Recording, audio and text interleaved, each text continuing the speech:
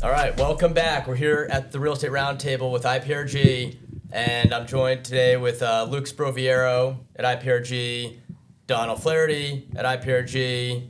This is Derek Bestrick, and we have our guest here today. Thanks for coming, Daniel Kaykov from the Renovation Group.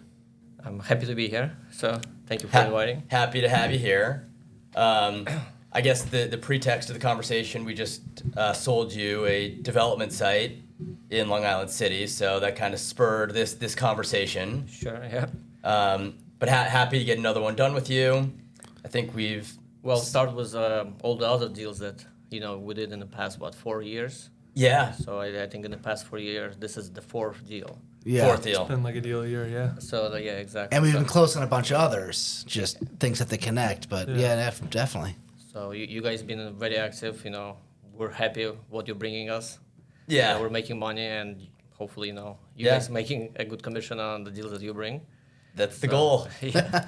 Absolutely, yeah. So we sold you a handful of development sites, and your thing is building condos on these properties. So Sure. it's really great to be creating housing, for New Yorkers at this point, especially with there being such a lack of supply of housing in the city. Housing for rich New Yorkers, but yes. Yeah, it's like, they're nice condos, obviously. I don't know if that's considered rich. It's anymore. not not rich. rich, We Yeah. have a number of Yeah. products like Yeah. Greenwood Heights, Sunset Park. Gotcha. It's also like a good product for, other submarkets For sure. in Brooklyn. Yeah, for sure. So I think we'll bounce around. We'll go to a lot of different stuff here, Yep. but just off the top, I mean, something that has been pretty interesting for us with you is we find you. I mean, you're buying sites in Greenpoint and Williamsburg, but then you bought in Carroll Gardens and Sunset Park, Greenwood Heights, Astoria. We just sold your property in Long Island City, so it's a lot of markets that you're kind of overseeing in that way. Yep. So, as you guys know, we focus mostly on prime locations, prime markets. Our, primary market would be Greenpoint and Williamsburg. But if we cannot find anything at a good price, we cannot make money for our investors, we would follow other markets where we can generate that return for us and for our partners. So that's basically the idea why we're following the markets. We're basically following the yield, you can say. Obviously, we're exploring other markets like Queens. We never invested in Queens. It's our first two deals in Queens, and they stand out, and we couldn't miss them. So the deal in Astoria, it was a waterfront type of a deal, So it's prime location, waterfront, not a flood zone. The soil is good, no piles required, corner property. So it basically checked off a lot of requirements on our end. Long Island City also, it's a corner property, prime Long Island City, one block from Ferry. So also, we think that it's a good market to explore. Are you doing the same type of product in Greenpoint, Williamsburg that you're going to do in LIC and Astoria? Is it somewhat different? So the product going to be very similar in terms of quality.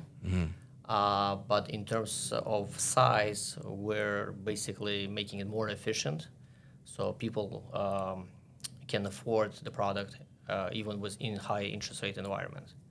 So we're basically looking at the efficiencies now. Before we used to build oversized Big units. Yep. High ceilings, just to stand out from the crowd. Now we're building something that's going to be efficient, but still maintain the same amount of quality. So basically to stand behind our product in any market that we're dealing in. Does that means it's a lower price point? It's going to be a lower price point, but the same price per square foot. Got it. So that's why Smaller units. smaller units, yeah, and again efficiently designed. So you have maybe 3-bedroom instead of 2-bedroom, where people, if they want to upgrade, they don't have to move out of the neighborhood. They can stay in the neighborhood and basically have the same quality of life. Yeah, it's one thing I noticed about your units. The ones I've been in, big windows, Yeah. ceiling heights huge, big staircases, really open. Yep. So now you're going to do something a little different just to conserve. We're yeah. thinking because Yeah. on one of the projects, townhouses that we built in good market, they were oversized on Kellier. Yeah, I know the deals. 85, You know, 87. so it was an expensive product. Even for a low interest rate environment, it would be hard to sell. This is a some townhouse or a condo? townhouses. Townhouses. So now imagine, and I know some developers, they continue with townhouse strategy, and they ended up feeling the pinch because the rates went up. It's hard to push oversized units. So it comes to townhouses, the same comes to huge, I guess, apartments. So you can find a buyer, but it just takes longer. Is that like a function of price point? Is there like a price point where you feel demand starts to diminish? Yep, that's for sure. You know, at those rates and at those prices. What prices? Like at what price do you think demand starts to diminish with the current rates? So everything is comparable. You know, it depends on the market, right? So you cannot say that. Got it. Like in Williamsburg, if I guess the highest price people would pay to rent a 3-bedroom would be $10,000, right? You want to make sure that when you build condos, their cost for the same condo is around $10,000. Got it. So you want to make sure that it's affordable to rent or affordable to keep. You know, because So you're comparing the cost of your product versus the rental market. similar rental, yes. Because that at the highest point of the rental market. The high water mark of the rental market, you're comparing the carrying cost of your units to that. So even though someone has to buy your unit and put down 20% or Correct. whatever it is, you're still looking at just the monthly carry of the unit But compared to what else is yeah, out there. Yeah, I basically. think that's really smart. Yeah, that's You know, so even if we're not gonna come close to that, but if you try to come close, still people will overpay $1,000 or $2,000 to own a unit, you know, luxury unit, which the value in those markets, you guys know, it's continued to grow. Yep. So if even people overpay $1,000 or $2,000, I don't know, a month, they know that overall they make money on the unit itself. Because Greenpoint, Williamsburg, primarily, it's a low inventory type of neighborhoods. And before coming out with design mix, we're looking what is the neighborhood missing. Like we go on Zillow, simple analysis, just like when you call us and say, I have a property, are you interested? What's the price point? Right away you go on Zillow, you know what you can sell it at, and you see what's lacking. You put on Zillow 3-bedroom, you'll probably see 2-3 units. yeah, it's not a lot.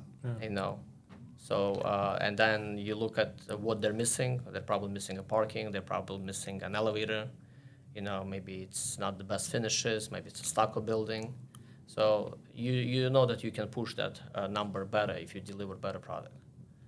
You know, so that's basically our analysis. You try to figure out what the market demand is that you could fill the void. Yep. So one example in Carroll Gardens on Garnett Street. Garnett, yeah. If you look at this block, there was 55 by 100 that we purchased during COVID. You know, we signed a contract in December 2019. We had to close April 2020. The economy shuts down April 2020. Definitely. You know, so we will still be able to close once the economy opened up in June of 2020. But that particular project, in good markets, developers didn't touch it because from your windows, you're overlooking concrete plant, recycling plant, you know. But we had to bring something different to the neighborhood where people would be able to pay top dollar, even for that block. And in Carroll Gardens, most those neighborhoods, they don't have land where you can build 50 plus. So most people who build townhouses, it's townhouses walk up. So they don't have an elevator. So what we did, we basically brought in an elevator, even though it was outside of our general strategy. We tried to minimize loss factor on our buildings. We added basically a loss factor. We put an elevator, but at the end of the day, it paid off because we were one of few buildings in the whole Carroll Gardens who had an elevator compared to walk-ups. It's true. There's not a lot. I mean, it's a big part of our business now is these existing wider townhouses that people are doing like boutique condos and no elevator. Yeah. They're Has for- there ever been a situation on any of your deals where the elevator, not having an elevator, hurt you? It's, think? it didn't hurt us, but it's just tougher to sell. Sometimes you have to find the right buyer, Yeah. and they're willing to walk up to the second or third floor Of course, yeah. with kids. So and we find that in Williamsburg, Greenpoint, a lot of people, younger people, they're more active. They don't mind walking up a few steps. But there are people who come and says, I have older parents, and I'm thinking, how will they walk up? So those are not obviously the buyers. Can we talk more about this Carroll Gardens deal, Garnett? Yep. So you said you're looking for yield. You also said this condo development is out front of like concrete sites and recycling sites. It's a very industrial location where you really wouldn't. It's think not right in front, but I guess few blocks. on Smith Street. On Smith Street, Right right off at the the end. highway, Right at the end of the block. And Exactly. Yeah, you have Yeah, Hamilton right at the off other the end of the highway. block. So Yeah, you're right under yeah. the BQE right there. Yeah. It's. I mean, you call it Carroll Gardens, but it's got much more of like a Gowanus type of feel. I guess when people buy in certain neighborhoods, they look at the school districts, so it falls into Carroll Gardens school district. Okay. The feeling is yes, Gowanus type, but still it's part of the school districts that people want to be in. And again, you're a few blocks away from 1 block away from Court Street. Right? You have all the access to the restaurants. It's around the corner for sure. The Smith Street. You're 1 block away from Subway. the train. The train is right there. Yeah, so it's very convenient. Obviously, the area is improving. They're building like a massive development over there. I think 1,000 apartments. There's so much development going on So over there. much. Yeah. It's unbelievable what's going on So in the that neighborhood area. will change. People who bought from us, they will definitely make money on it, in the long term. So, but they love the product, and The owners, the buyers of the units buyers, yeah. love it. Yeah, we make sure that we always improve. If from a previous construction, if somebody says, well, we don't like the noise we hear, to try to improve the noise factor, like a soundproofing. You do that with windows and Windows between floors. We put additional mat, for example. Any feedback that we get, we try to improve on the next deal. and you use that as like a sell to the buyers, being like this is the added stuff that we did. We do that, and it's also a reputation. So basically, whenever people come to buy from us, they ask about us because again we're a smaller company. They talk to the brokers, say who are these people. The brokers with confidence they can say they sold this, and this condos. Go and interview these people. Go ask for a recommendation. That's great. Yeah, so we're very confident when people go and they can ask for feedback. So that's what we're trying to maintain the reputation.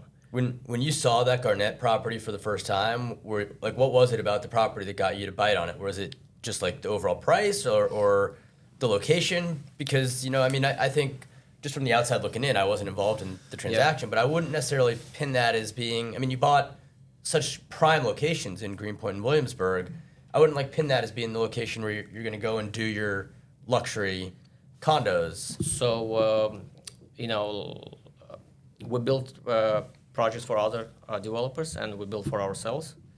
And like Red Hook location, I was building for a client. He's a developer, and he bought it in I guess in this is Carroll Gardens, but he bought it on the other side of what is it? The BQE, BQE, Hamilton. Yeah, you're Over across the school. in Red Hook. In Red Hook, you're Yeah. across the school. Donald, you stopped by it once. Yeah, I know That's that. what- Yeah. So you have projects behind you. That's Hicks. Hicks, Yes, yeah, Hicks. Hicks, Okay. yeah, Yep. exactly. So you have projects behind you. You have Housing projects. housing projects. Low-income projects behind you. You have a school right in front of you. On the other side of the block, you have plumbing supply. And during COVID, people bought at $1,000 a square foot. I think the developer bought it at $150 at that time. He held the land for about 3 years, but so I saw that people still buying regardless. They want to be in Brooklyn. They cannot afford Cobble Hill. They cannot afford Carroll Gardens. Yep. So they just basically moved into a different submarket, which is also, I think, convenient for people who work downtown. You know, you go through the tunnel, Red Hook. Oh, it's great. Yeah. If you work down here by where I mean, I live in Park Slope, and if you work down here and live in that area, Red Hook, Carroll Gardens, I mean you're- it's like a real 15-minute commute. Exactly. Yeah. To have a 15-minute commute in a major urban market and not be like living, I mean, Luke lives right here in Tribeca, so that's a different story, but like, it's really incredible. I mean, I don't, it's not a 15-minute commute because I take the train Yep. oftentimes, which I really enjoy, but like if I got an Uber home, I'm home in 15. Okay. So it's, You're home in 15 minutes? yeah, if I get an Uber from right here, Yeah. take the Battery Tunnel, I'm Yeah. definitely home in 15 minutes. During rush hour as well, or? I mean, rush hour may be a little different, but Yeah. not much, 20 minutes. Yeah. There's never a whole lot of traffic. Yeah. It's- So, But anyone who lives in those areas, they pick their time to leave and come. Anyway. Exactly. Yeah. So Exactly. like they know you just get a repetition. So, out of curiosity, I mean, you brought up good points, school districts and the blocks and all that stuff. But yeah, I mean, it's pretty unique. I mean, from a broker standpoint, we sell to a lot of condo developers. Like we sell a lot to the ground up developers in Williamsburg, Greenpoint. Do a lot of the boutique townhouse conversions to condo developers. A lot of these buyers are very one location. Like some of them deviate a little bit, right? Like maybe they do Cobble Hill and like Brooklyn Heights. And for you, like doing ground up development, these bigger sites, there's obviously risk to it, but you're buying in all these different areas. So what's like the number one reason you'll do a deal? Like, is it the block? Is it like you said, school district? Like, what are you looking at? Because it's got to be hard. so the main thing is the price, right? The price, okay, the price. You know, the That price. makes sense. Okay. You know, and then we see if it's if we buy it at this price, what can we deliver Okay. in this market? What is this market lacking? You know, so like on Garnet it would be an elevator. In Astoria, far away from the train station, you need parking. You know, so it depends on the market and depends on the product that we're, you know. So we constantly want to stand out from competition. We also don't want to build the same thing that's, you know, is not selling on the market. So we're trying to build, I guess, like a niche product where we will stand out in a specific market. So obviously it's under contract, given closed it, so let's not give too many details. But you jumped pretty quickly on this LIC deal we just did. Yeah. What about that deal? Where you're like, this is going to be my first LIC deal, or why'd you jump on that? So it's almost equivalent to Greenpoint. I see Okay. it's like almost similar product, location. You know, it's close to the water, close to the ferry. The water, okay. The deal that you guys brought it to us on Huron, you know, We close did to that the deal, ferry, yep. you know, close to the water. You know, I guess the market is strong. You know, it's not oversaturated with condo projects. What else? I'm hopeful that they'll build like a footbridge. Okay. I think they're planning to connect Long Island City to Greenpoint. That will boost up, you know, any projects or any product that people building in Long Island City. The biggest thing was a corner, you know, which on a corner you don't need to what do you call Line air? you don't need to excavate Okay. for parking. You can just park on the side of the building. Interesting. Oh, that's huge. Yeah, like 50 footers or 25 footers, you put a parking, it goes through your building, Yep. and you basically kill the first floor.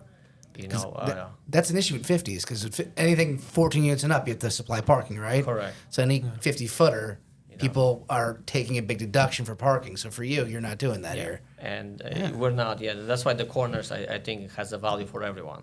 You know, like you said, light and air. Light and air, I was about to, yeah. I guess what do you call a footprint of the building. Yep. You know, and parking is a big thing.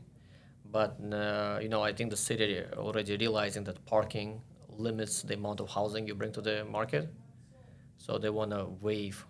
I saw I that. heard that. You know, yeah. so that's going to be a big thing because it also goes into our calculation how many units do we want to build. So in R6B, for example, if you build more than 10 units, you need, I think, 50% parking after you go to 11. Really? Yeah. It's a lot of parking. So now you go from 0 to 5, for example, or 0 to 6. So now, obviously, you can monetize the parking, Yep. but at what cost? Correct. So that's why it's better to build 10 oversized units than 11 smaller units or 12 smaller units. Then you don't have to deal with parking. So I think the city is doing a smart thing by, waiving the parking requirements. So how going back to like Greenpoint, right? Yep. How sensitive are you to blocks, right? Like we did Huron, but Huron's very obvious to me. It was off of Franklin, very close to the water. Huron's obviously one of those streets in Greenpoint that's very good. But then we sold you that site on Diamond, right? So why Diamond? So one of the things, it was a wider lot. Yep. We liked the edges. Diamond. It's not just Diamond, it's 47, Diamond District. You never said that to me. Yeah, that's awesome. That makes it a lot better. So There's always a reason. Well, it's, I think you're also very sensitive to zoning too. I mean, any deal that it's always R6B, Yeah. relatively. Yeah, so on Diamond, we were a little bit skeptical buying it because we're buying it from a developer. Yeah. So every time you buy from the developer, you want to know why they're selling. That makes sense. And we realized why they sold it, because the groundwater was so high that they couldn't do parking at that time. I saw their plans, they wanted to build like 20 units, so they needed 10 parking spaces. 10 parking spaces means, you have to dig lower. So I guess they realized, and I think you guys delivered the project at cost. I think whatever they paid, we basically picked it up from them because they didn't want to do condos, they wanted to do rentals. So that's basically one of the biggest factors, I guess. That the wider lot, what else? No demo required, was ready to be built. And I believe we closed on it November 2019? Yeah. Not 20, I think 2021. 2021, yeah, not 19. Yeah. Yeah. 19 was 2021. Huron probably. No, it was even before Yeah. that now. So 2021, Yeah, we yeah, got yeah. a TCO, I mentioned to Donald, in November 2023. There you go. So 2-year cycle with a TCO. And I guess then it was a good addition to the neighborhood. People like it. Yeah. We're, we sold out. We didn't close yet, but we're fully sold out above what we were planning. You're not the first person to like Diamond. So Diamond, Eckford's another street too. Yep. For some reason, and Eckford's a beautiful block. Like Yeah. I like it, but people really for condos, they're big on Diamond, they're big on Eckford, and they're very similar streets. But it's funny, I've noticed that. So I think the biggest thing was Eckford, Diamond, Yep. anything close to McCarran Park. Yeah, That's where the value is. People want to be close to that park. gotcha. They do sports. Makes sense. They, kids are running around. So, and hopefully, we're going to make another project soon on Eckford. Okay, So that's Good. our goal. Nice. all right. All right, so you said earlier, going back to Garnett and Hicks, you said one of them you said was available for 150 per buildable square foot, and you saw Hicks selling for 1,000 a foot. So like just taking a step back, like if something's available for 150 per buildable and it's selling for 1,000, that's like a deal where you can hit your yields. Is that right? Correct, yeah, at that time. So the developer that I built for, he bought it for 150, sold it at 1,000 a square foot. Very successful, nice product. So again, once I start spending in the area, people bring me deals. I saw 55 by 100 on the other side, close to the drain. Yep. And I think at that time it was a 1,200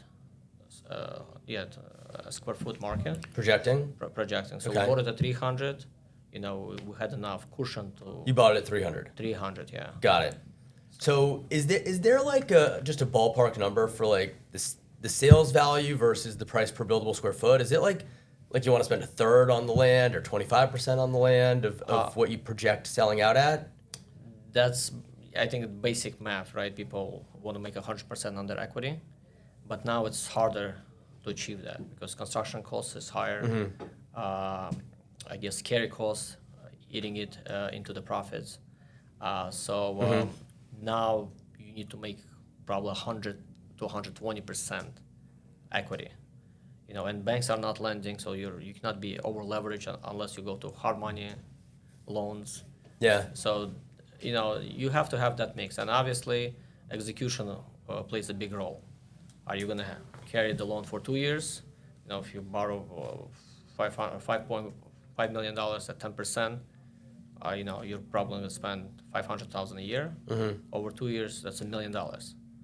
Where in I guess 2 years ago, you would just have $250,000 a year expense. So and also when you come out, in which markets do you come out? Because now people also have to buy your inventory. So how long you're gonna sell? You have to basically make sure that the turnover in sales is also quick, and not just execution. You want to make sure that you price the product correctly, at the right price, so you keep selling it and going to the next project. How do you? So you're buying these sites, and it takes 2 years to develop. How do you project where the sales market is going to be for condos 2 years out? Because in the current environment we're in, I feel like there's been a lot of volatility in the market where for home buyers rates are at in the 2% range. Now they're in the 6 to 7% range, which you would think would have a big impact on pricing. I'm not sure if it has, but I feel like when you're buying these sites and you're taking on a lot of market timing risk and you put in a lot of capital out and you have a lot of costs of the capital and everything, how do you go about projecting that and how you're going to sell these into the future? So again, the biggest thing for us is inventory, right? If you don't have supply, the demand will be always strong, regardless of interest rates or other external factors. So that's a big thing. Also, I come from a financial background. I used to work on Wall Street during 2007 crisis. And if you guys remember what happened, a lot of people defaulted when the rates went up. A lot of people defaulted. There was so much product on the street, and we kind of have had an idea that people locked in at the lowest levels in history, right? If they have to sell these units, to somebody else at a discount, they would rather keep the property. So they're keeping all that inventory away from the market. So I have a feeling that Right now, yeah. So Makes sense. at the same time, I wasn't ready to buy a house. I rushed to buy a house when the rates were going up. It's That's what you did. That's what, yeah, because I had an idea that Get in. interest rates are gonna go up. Yeah. It doesn't mean people are gonna start selling because and that's what happened. A lot It's of the people, opposite. It's the opposite compared to 2007 crisis. Because now you have strong loans, strong people they can afford. Because in 2007 those were bad loans, and people had to basically default or couldn't pay their mortgages. So I guess they improved due diligence on the loan underwriting, and people got the cheapest money. So it's doesn't make sense to sell. They can keep it forever, 30-year mortgage. You're basically betting that there's a lack of supply, which we know there is, but you're saying in terms of housing resales, there's going to be a lack of supply and there's still going to be pent-up demand. And regardless of where the interest rates are, you're betting that in obviously good locations in New York City at the right price points, the demand will just be there to carry the market. So that was our view, and it played out well, that the rates are going to go up. People are not going to necessarily reduce their valuation. They're not going to reduce at the loss. They rather keep it and have the money that they have, buy something else in full cash. But I think what the Feds did not anticipate, and I think they made a mistake, they went with the rates too fast. If they would increase slowly, people would transact and you would have inventory in the market. And they were so late in starting. Yeah. I feel like they're just so trailing indicators. What feels like is going on in the economy versus what they're doing, it feels like there's a solid 1 year lag. So to your point, you're right that they're late, and in order to catch up, they did it quickly. Yeah. So that's what happened. And now they froze everything up right now. I mean, I don't know if Exactly. you're seeing that on the residential side, but then they'll start to loosen it, but it's going to happen a year too late. So we all had to kind of suffer through that a little bit. I feel there is a bigger risk if rates are going to come down slightly. People are going to start putting their inventory to the market, and you're going to see more supply. So that's your risk, yeah. That's a risk to you. Well, it's going to offset, I guess, the interest rate environment, But in terms of supply, you're going to start seeing more supply. People who were holding back, but they need to make a move. We'll start bringing things to the market. It's an interesting, like, counterintuitive perspective. I was speaking with a guy yesterday, and we were talking the forward Fed, like, curve or Fed funds rate, like the forward projections are that there's going to be like 4 to 5 rate cuts for next year. Yep. So I was speaking with the buyer about that yesterday, and I'm like, it's great. We're going to see rate cuts. I'm like, the market's coming back. Boom, boom, boom. We're selling stuff. And he's like, Derek, he's like, that's not good for me.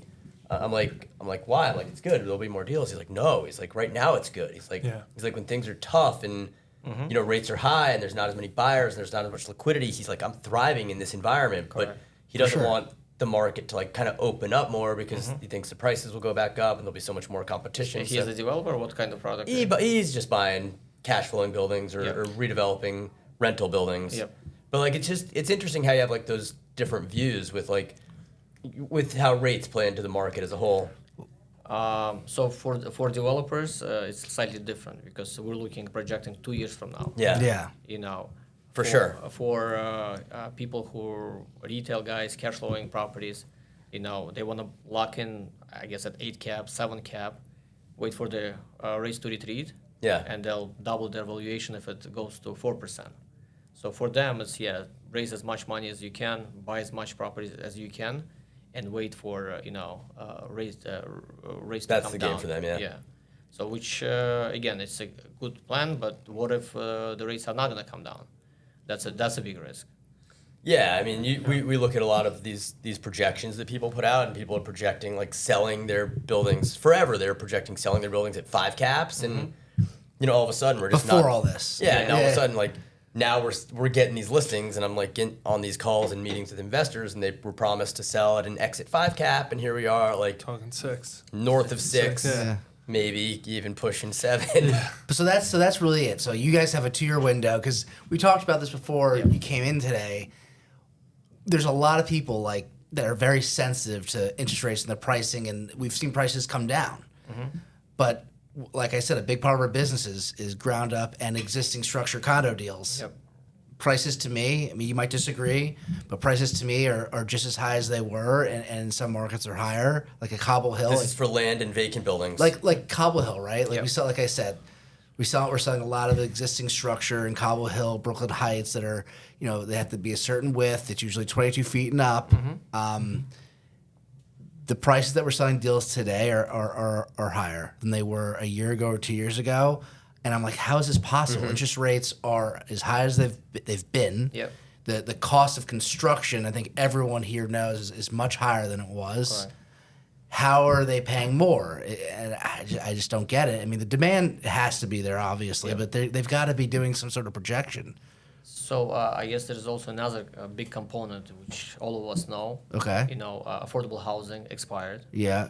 So all those people who used to do affordable housing, it doesn't make sense to build rental projects, and they have to do something.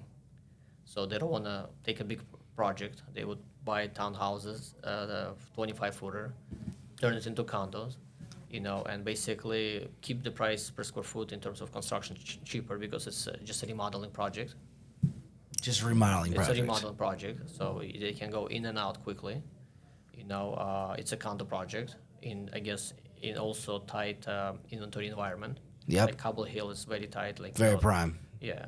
So I think that's the big factor also because people who you didn't compete on condos, they came into the condo market and started also, becoming your competition to some extent. 100%. And another thing I noticed too, another trend that makes a lot of sense, but you see it in like Hoboken and markets like in Hudson County. But what they're doing is they're taking like a 4-story 25-footer, right? And they say, okay, how many people can really buy this entire thing for 10 or 11 or 12 million, right? Obviously there's people, but it's a smaller amount of people, and I'm sure they have a lot to look at.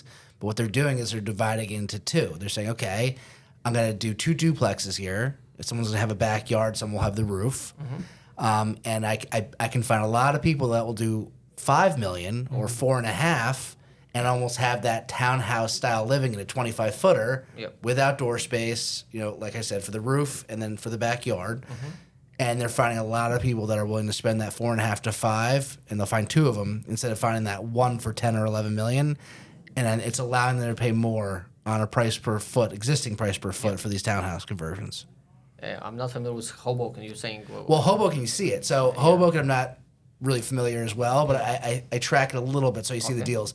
There's a lot of that going on where a developer buys the Double entire duplex. Yeah, buys developer 25-footer Makes sense. land. buys a 25-footer. No, not land. Existing structure. Okay. Hoboken's full of these townhouses, Yeah, and a lot of them are wide. Like 25 feet is. Okay. It's not uncommon, and they're finding 2 buyers at 2.5 or 2 million each, or in Hoboken, let's say 1.5 each.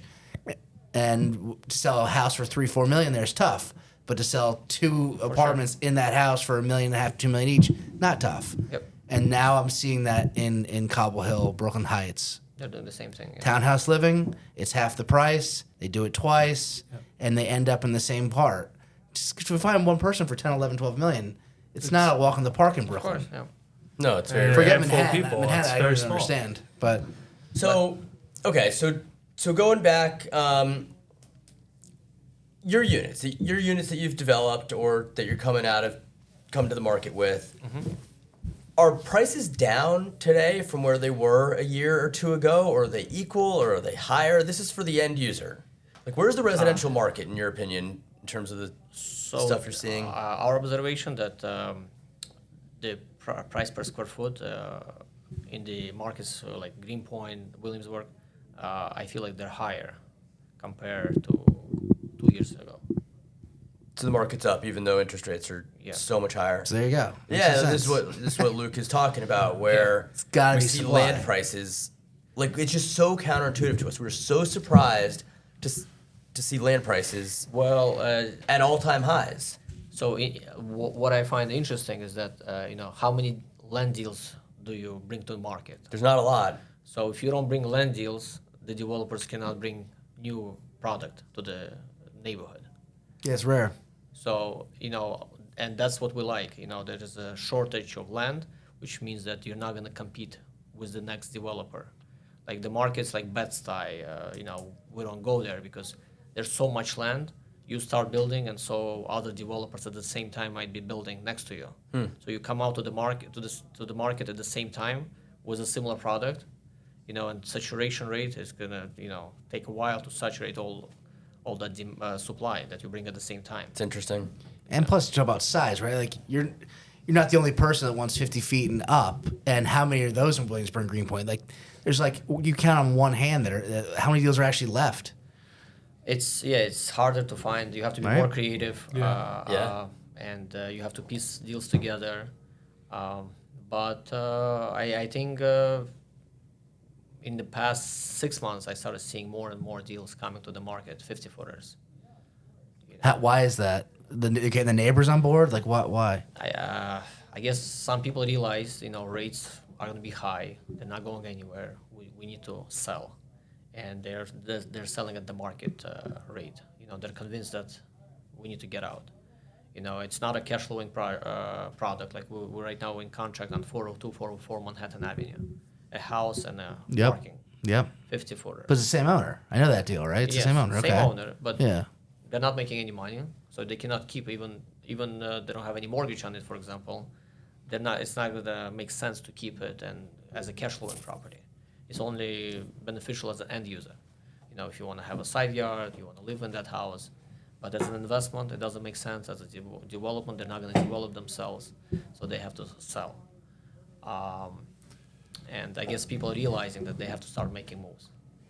Making moves. Okay. I think a lot of people are realizing that, or someone's telling them that the land prices haven't fallen either. I think they could still get the same prices, and someone's in their ear saying the pricing hasn't changed that much on land. In Greenpoint, And you could Williamsburg, it's still true. you could still get your price. Like if I had to sell something right now in Greenpoint, Williamsburg that I owned, Yeah. I'm not like upset about it. Whereas if I owned, let's say, a 6-family in Bushwick, I'm very pissed. Yeah, But you're like not land, you're it's not like you're losing money. fine. It's so crazy how prices are down so much in some categories and are the same or higher in other categories. We were working on that property in Park Slope, and I think you were even surprised at where your numbers were shaking out on that. I mean, it was like an all-time high price per buildable square foot that we were seeing, but Yep. And I high guess- demo cost. Yeah, I mean, you could factor that into the cost in terms of getting it to like Yeah. a piece of land, but that was a really, I mean, a remarkably high price per buildable square foot, I think, and that's definitely where the market is. You're not the only one who's there on that, and Yeah, but in regards to that deal, it has its own risks. Demolition risk. Yeah. I guess a reputational risk also, bringing down the church. In that neighborhood. aren't you doing a church deal? Do I, no, We're doing a church deal, Donald? but we're not demolishing it. you're redeveloping it. We're just subdividing, and we're getting the backyard of the church. Yeah. It's a pretty ugly church. I mean, it's not like It- the it one is a in- church the deal. one Which over one are you talking about? North Fifth, and you're doing that with. Well, yeah, that one is that's a separate. I know I'm a the small bad guy. story on Russell Street. I know, like you were close to doing that one, didn't want to touch it Yeah. because the whole community went up and picketed outside the church. So I know there's. And North Fifth is a small church. Yeah, and that one was significant. It's like a landmark type of a church. Yeah. So I feel bad even bringing it down. Yeah. So that's why one of the conditions was, let them demolish it and we'll buy it. That was a big thing for us. But price per square foot, I think what people pay for the finished product, makes sense. You Yeah, buy it of course. 600, you put 500 into development, and you still can 600, sell it. 500 Yeah, you still can sell it at 1800. 1800. Yeah. Is there before all the cost of selling. not that you know this because you more like He's told you. Well, yes, but like a Brooklyn, I heard that, but like Brooklyn, Queens is different. But why in Manhattan is the price so? Because we see we see sites like in the Greenwich Village sell like $400 a foot, and we're like crushing those. Like 400 foot's a walk in the park for us in Greenpoint, Williamsburg. Yep. We just hit like 520 on North 6. Manhattan, even for the prime, is it so much more expensive to build there? Like, why are prices? I think it's just I guess cost of construction in the city is more expensive. It is, even though it's like close, Manhattan, Brooklyn. Yeah, but it's dense neighborhoods. It's closer, and then most likely it's not R6B where you go, smaller density building. Gotcha. You have to go 10 to 15 stories. It is So very high density. Exactly. And there's loss factor to that. Loss factor. The managing building in this neighborhood is harder. Yeah. More expensive. Yeah, and R6B we hit way higher. I mean, our R6B price per foot are way higher than R6 Yeah. or R6A or Because of the R7. efficiency of the, like for example, if you go more than 4 stories, you need double stairwell. You need an elevator. Mm-hmm. You go more than, I think, 7 or 8 stories, you need a hoist for construction workers. So now you have to introduce that as cost. You go 10 to 12 stories, now you need a crane. So, so it keeps adding up, So that's why I think people still go and analyze the yield on the development. So it's not like people don't want to be in the city. It's just the yield doesn't make sense to develop in the city. Yeah, like I heard about a 50 by 100 on like West 8th in the Village. I mean, I used to live right there. I know it's a good location, very good location. I was blown away by the price per buildable, but What was it, 350? it was, but it was a 50, and you definitely high density. You're building on West 8th, which I know just by the traffic, like I know the area pretty well. Like there's a ton of traffic. Like good luck getting people there. So I guess there's all that plays into it. Of course. But I know the sellouts there. Like there's just a scarcity in the West What do you Village. think it sells for? I mean, when I lived there, I mean, it's Condos. Condos. I mean, I don't know. I don't know the market that well in the West Village, but you're definitely for a brand new condo, you're paying $2,500 a foot all day. Wow. I think. Yeah. And it's also scarcity. There is no new buildings over there. I was very surprised. How many new buildings are coming up in the Village? Very rare. It's all landmark. There's nothing. There's no land left. That's also a big thing, landmark, right? Yeah. It's a Yeah. landmark. He said 2,500 a foot. For what? Is what he was projecting selling the That condos that for. guy who bought West Yeah. 8th. Yeah. So He that was, bought it for 350 a foot. so that was a guess, and I was right. Yeah. So landmark is also a big thing, Yeah, you hear that? Look at that. He bought for $350, selling for $2,500. Yes. Where's he getting eaten there? I don't understand. Did he finish the project or No, he just bought it. Just bought it. I just bought it. And there's demo. But demo's Okay, demo. but still. And it was a single-story warehouse. Yeah. Demo. But again, people have a stomach for dealing with stress and dealing with in this dense environment. You know, I wouldn't want to build on West 8th, so maybe that's it. It's a ton of people, a ton of traffic. Like it's just a lot of stuff going on. It could be another thing where a lot of people don't like to develop on McGinnis Boulevard. People just don't like Exactly. And there's- eyes on your property and stop work orders with all the things that come with that.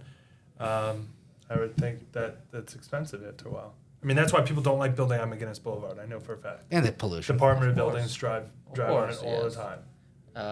If you block the lane, you know, you have so many complaints at the same time.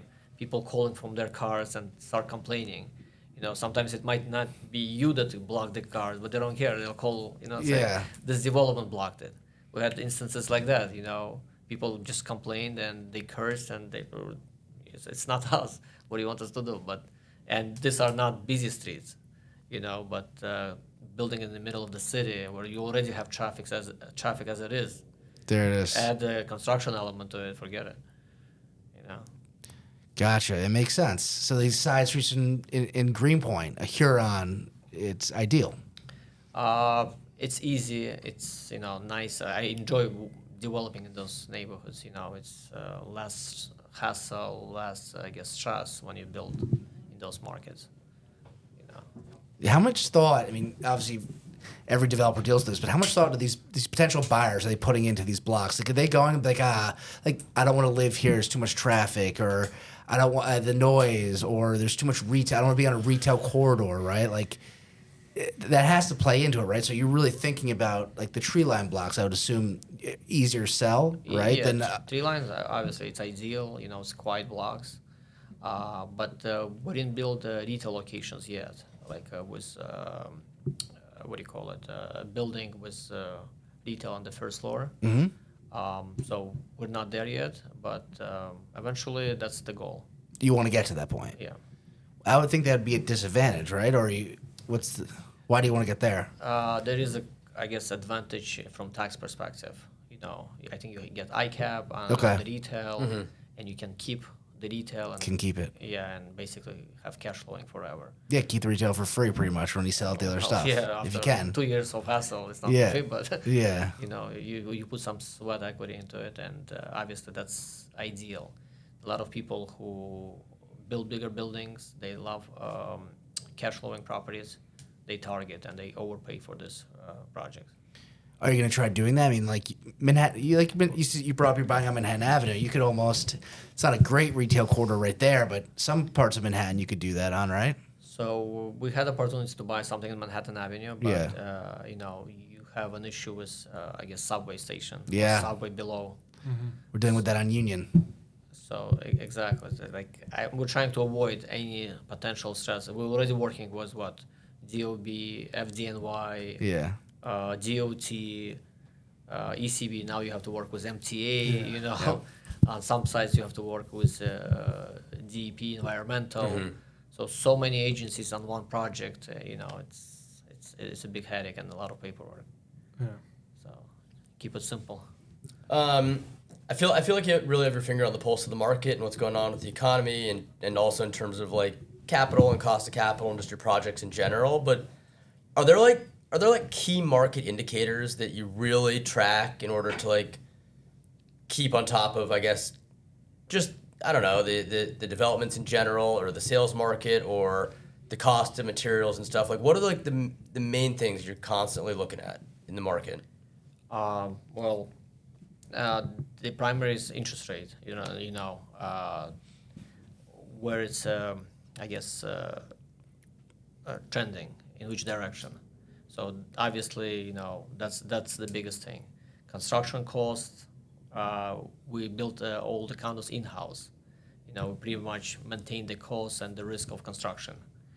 But regardless of that, it's the supply and everything is upward sticky. So, you know, it's very hard to bring the prices down for construction.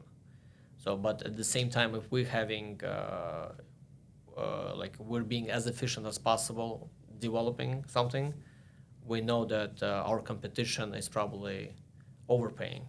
People who are hiring a GC, you know, who are not managing their projects in efficient manner. So that's basically one of our advantages that, you know, so the replacement cost is the factor that basically if you cannot build cheap and no one else in the market can build cheaper than you, so that at the end of the day, you when you sell your inventory, you're going to be the most, how should I say it, immune to the market when you sell it. So even if you have to take a haircut on projected sales, you're still going to do better than other people in the market. And I guess you have more room to lower your prices, to turn over your inventory. So those are basically, just to be as efficient as possible in terms of financing, in terms of construction, and in terms of acquisition. If you can be the most efficient, you'll probably have a bigger chance to succeed when you sell your inventory. You think all the crazy inflation that we saw in terms of materials and labor is that slowing down at this point? I guess the increase is slowing down, but I don't think it's decreasing. But okay. So we're just like set at the new. Yeah, it's a new benchmark basically. You're not seeing stuff come down. No. Okay. I guess there was some article in the news. UPS workers, right? They getting paid like what, $40 or $50 Yeah. an hour, plus overtime. I don't think it's gonna reverse that trend. Mm-hmm.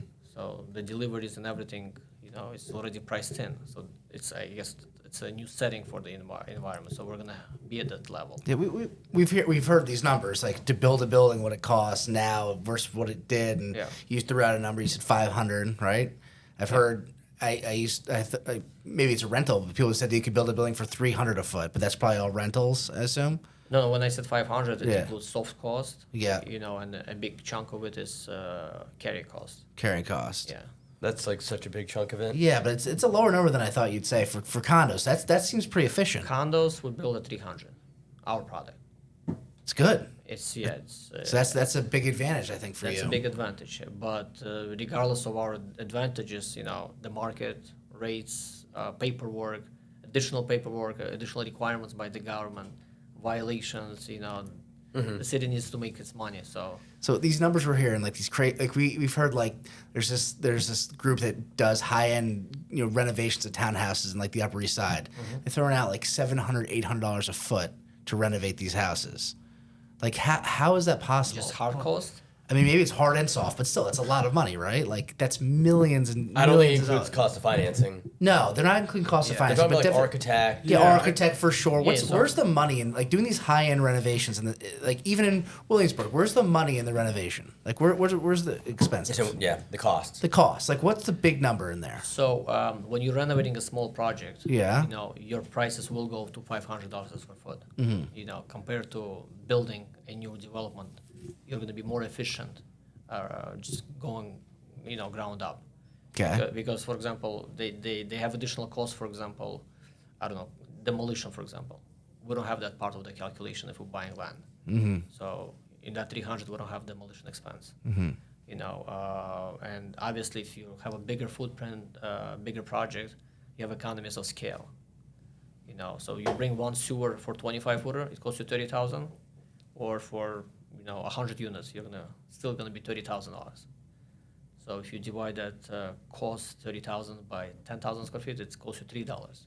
By 100, it costs you about 30 cents, or whatever the cost is. Or elevator costs you $10 a square foot, or $20 a square foot. So when you say the bigger the project, you have economies of scale, which basically bring the price down. Yeah. So that's Makes sense. That's a big factor, because I also priced one developer. They're building a 20-footer. My cost to them was $420. No, we hear these numbers like it's mostly townhouse renovations, and maybe it's because they're working with existing structure and everything's old. But like people have said, like I've heard $3 million, $4 million to renovate a townhouse. Like I just in my head, and this is not your business, it sounds like, but I just don't understand where they're spending that money. I just don't get it. Like custom woodwork, like That's what I think. like custom cabinetry, like I don't know. Listen, even the basement, right? If you need to excavate or underpin the basement, increase the ceiling height of the basement. Dig it You're out. not gonna do it with machine. You're gonna do it by hand. So it's a manual intensive, labor. Or do something in the backyard. Yeah. You have to bring everything through the front. Yeah. So that's additional cost. Yeah. Glassing up the back of these Yeah, townhomes, like exactly. that seems expensive. Expensive, lack of access, Yeah. more manual work, so. And it's always harder to fix something than just to do it from the scratch. Everyone said that. Yeah. Makes sense. Exactly. Rather just do it ground up. Yep. That's These old much buildings have issues. easier. Yep. On the projects you've done previously, not in the current market, but back when interest rates were lower, were there any things in the units that you went for that you felt like really had a high payoff that maybe you didn't have to do, but you went ahead and did it? Like I know like the high ceilings were like a fixture Yep. of your units, and I guess maybe you lose some floor area or potential with that, but it seemed like that was a real selling point. But like what like really helped you to get like the highest prices for these units? So even to this day, we try not to cut corners. Regardless, we're going to bear additional expense, but we still want to deliver the same product because historically, we had a very good success, and we're trying to continue doing similar product. Obviously, we're switching or certain products, but because they're more efficiently priced, but not necessarily that we're going to sacrifice on the quality. What amenity pays off the most? Maybe like right? Is it the high ceilings? Is it like an elevator? The window size? Like The appliance package. yeah, like what have you done that where you're like, oh, like that was nice. That was a $20,000 well spent. I think appliance package is very important. Okay. I think in the past projects we use Sub-Zero Wolf package, but there is additional issues right now with I guess Sub-Zero and Wolf. The lead time is 1.5 years. I heard that. Yeah. So like, how do you deliver this, even if you want to? So sometimes we need to alter the package to give equivalent, like a melee package or something similar. So elevator is a big thing, rooftops, additional office space if possible, because people still working from home, and I guess in the future people have businesses, they need that additional space where they can continue working from home. So because they enjoyed I guess due COVID, the lifestyle of I guess people changed a little bit. So I work from home myself. I enjoy working in the office of my house rather than going to the office and spend until 12 o'clock or whatever working in the office, which is a little bit lonely.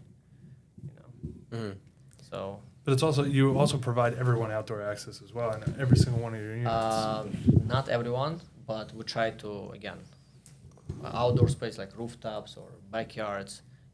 Whatever we can maximize. Balconies for outdoor space, because people have pets nowadays. A lot of people, they want to make sure they have access to the backyard. Obviously, they pay a premium. Sometimes we do duplex down to extract additional value from the land, which is not calculated per buildable outright. So you can get additional value out of the land. Is that calculated into the price per foot when you sell the units? So I think it's probably like half. We value it half as above grade. And it basically it covers the cost of foundation, and you have a nice space for people who buy the unit. But it sells for a discount relative to Of course, yeah. Okay. Half the price. half the price. Okay. We thought that. Yeah, no, that makes Definitely, sense. it makes sense. I don't know what else you guys want to go over, Well- but I just had a couple final questions. Go for Real it. quick, what about like storage? Right, I think storage is great investment. Doesn't cost a lot. You don't have to like finish it, but people need storage in New York. Is that coming to?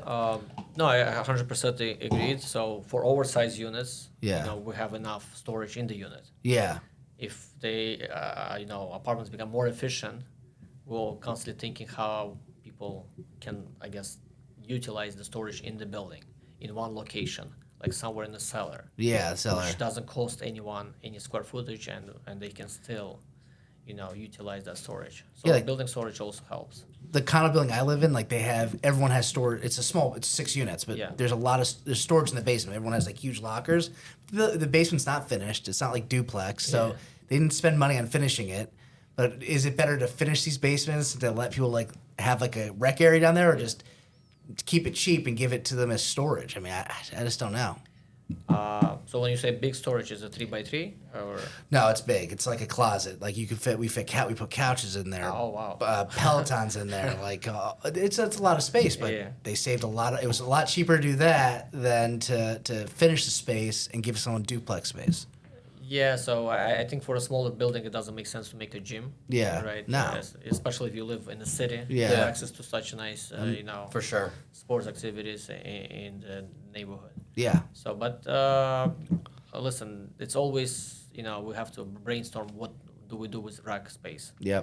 Do we make I think in Astoria, it's next to the park. People like to jog. We're adding a gym downstairs, or a rack space that people can use it as a gym in the future. In addition to storages, so basically they'll get both storages and Nice. recreation. So if you have space in the building, why not? Maximize and improve the quality of the residence for the people. Makes sense. Anything else you want to go over? I just was going to ask Dan a couple final closeout No, I'm good. questions I'm here. good. A lot of good stuff here. Yeah, no, it's been great. Really appreciate thank the you. perspective. Learned a lot. So, just like high level, what's like your favorite and least favorite things about what you do day to day? Favorite is, I guess, the final closing of the units. When you see the That's building, it means that somebody values your production. So that's like the ultimate. That's the biggest compliment. That's when great. people pay the top dollar, and at the end of the day, they're happy. They're buying this unit. Yeah, And also talking to people who bought the units, that they're still happy, enjoying the units, and that the resale value went up. that's cool. Everyone is making money in the process. Yeah. By living. So that's the biggest compliment, and being friendly with all the people that you're building a relationship with previous buyers. Yeah. So that's I would say the biggest compliment Very nice. to what we do. And how about the least favorite part of the business? The least is probably excavating. Excavating? Excavating? The biggest, the beginning process. What's that, foundation? Foundation, yeah. That's because it's the biggest risk in construction. Foundation is? Well, when you start excavating the soil. Because you don't know what's in there. You don't know Contaminated water levels. Yeah, you don't know. You know from, I would say, when you do borings, you know where Yeah. the water is. You're hoping it's going to be much lower, or cleaner. And once you start excavating, you deal with neighbors. Neighbors trying to come out and make sure that their building is not damaged in any way. So this is like the biggest stress, I guess, in construction. You want to make sure Makes that sense. you come out because once you have a foundation, building department doesn't bother you, neighbors don't bother you. It's like extracting a tooth. The biggest thing. Wow. right? It wasn't what I Yeah. expected you to say. I thought you were going to say Dino Babe. I don't know if you remember. So no, DOB again. If you do everything right, you're not gonna have issues with DOB because they're as an agency there to protect people, neighbors, construction workers. If you do everything right, like DOB will give you a fine, 10,000, 20,000. Yeah. Imagine the building settling. It's gonna cost you $2 million. Oh, yeah. So DOB is there. Sometimes and most times, I think they probably people, developers or contractors that don't know what they're doing, that actually helping them to avoid this kind of mistakes, And you probably see stall construction sites. They did the foundation, and they cannot move forward. They're under audit. They didn't put proper rebars. They didn't do proper concrete. The concrete didn't cure properly. That's why you see all the stalled sites with the foundation in? It's not that, but they damage the neighbor, for example. Yeah. So Because something you see a lot of. Like, Well, you think see the about it. green You've seen it, fences. yeah. And Yeah, but you think about that. That's your biggest enemy. It's not enemy, but your biggest obstacle is the person with the most to lose, right? DOB doesn't have the most to lose. This is a walk in the park for them. It's their job. But your building's next to someone's multi-million-dollar home, and correct. if you mess that up, they're going to go after you because they have a lot to lose. Exactly. And that causes you a headache. That makes sense. And that people hear that, neighbors, like even the condo sites now, like one of these sites didn't sell. It was a boutique deal, but he found the neighbor was a real pain in the ass. and he wasn't going to sign off on things, and he was always looking, and he didn't buy the deal. He's like, I'm not dealing with a neighbor. He's like, I have enough to deal with. Exactly. And now we're starting to hear that. So that's the biggest component, when you start excavating, Yeah. you start having those conversations with Gotcha. the neighbors. Sometimes it's not the owner of the building, it's tenants. Yeah. Look Tenants. out of the, they look out of the window and they see like a big hole, or you excavated it, they didn't have waterproofing. Now, they're going to be exposed to some extent. So you just have to do the right job by the neighbors, and make sure that when you're excavating, because it can basically wipe out the whole deal if you're not going to do something properly. Like for Huron Street, I mean, you basically made a pool, right? You inlined it like you would do a pool, right? Huron, well, that's for waterproofing. We Yeah. just made sure we always try to use the best materials, like waterproof concrete, for example, Zypax. We add as a chemical to concrete. It crystallizes if there is a crack in the concrete. So plus additional materials. So we spend more time because once you have an issue with waterproofing, Done. you cannot fix it. So I'm big on the waterproofing. Yeah. It's the number one thing is water. So I'll tell you an interesting story on Diamond Street. Yeah. So there were a few buyers that came and they constantly said, "How is your waterproofing?" And my broker says, "Go to Daniel's buildings and see if he has any issues." And they're like, "No, we just lived in one development. We constantly have water coming in, from the roof." So, and we were, my broker was selling the last unit, and these people end up signing the contracts. They believed it, they looked, they brought the engineer, and they were signing the last, we were selling the last unit, and it happened to be on Sunday after a heavy rainstorm, So all those people who signed the contract about 3 months ago or 2 months ago, they all showed up to the open house and walked the building to make sure that, because if you have a leak, That's crazy. the developer can clean up, and right before the sale, and let them deal later with the issues. But they came right after the storm. They saw the building is dry. Wow, and smart home buyers. Yeah. So That's a Spending savvy a lot move of right money. there. Water, I mean, that's the biggest headache. Yeah, so you gotta he- alleviate Yeah. that. listen, people hear stories. They want to make sure they're not gonna have one of those issues when they buy the building. Even in my building, condo building right here in downtown Fidei, we had that rainstorm. My whole basement was completely flooded. Yeah. I mean, I don't own it, but like it was completely flooded. Exactly. It was the water was coming from all over the place. No, we were completely dry, and I think there was also a huge rainstorm 3 years ago or 2 years ago. There's been a bunch of There's a them. bit of bunch. Not Sandy, but like I know 2 exactly years what ago, you're there talking was one that just rained nonstop It was for a like an hurricane. hour. That was what took us out in Jersey. What was I that? forget what it's called. I forget.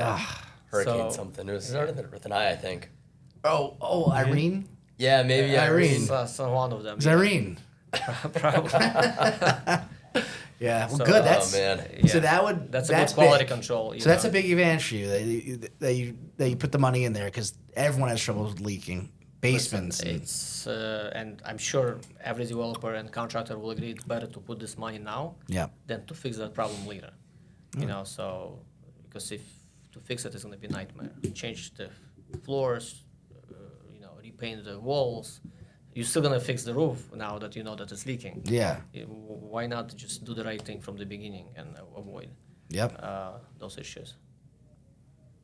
All right, well answered. All right. Anything right. else you want to go over? No, I'm pretty good.